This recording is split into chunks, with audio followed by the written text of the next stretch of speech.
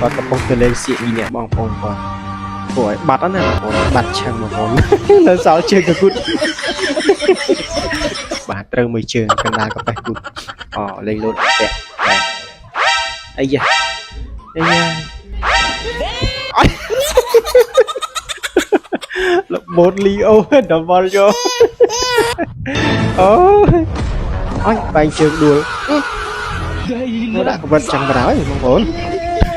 កន្លែងគេលក់មិនជួបាទយើងធ្វើមួយគេតែដួលទៅចាក់នៅកវិតបាទ Mama yangu មកជួគ្នាក្រោយទៅមកបាទភ្លាមភ្លាមចេះតែរកវិធីមកបងប្អូនបាទសើពួកគាត់មែន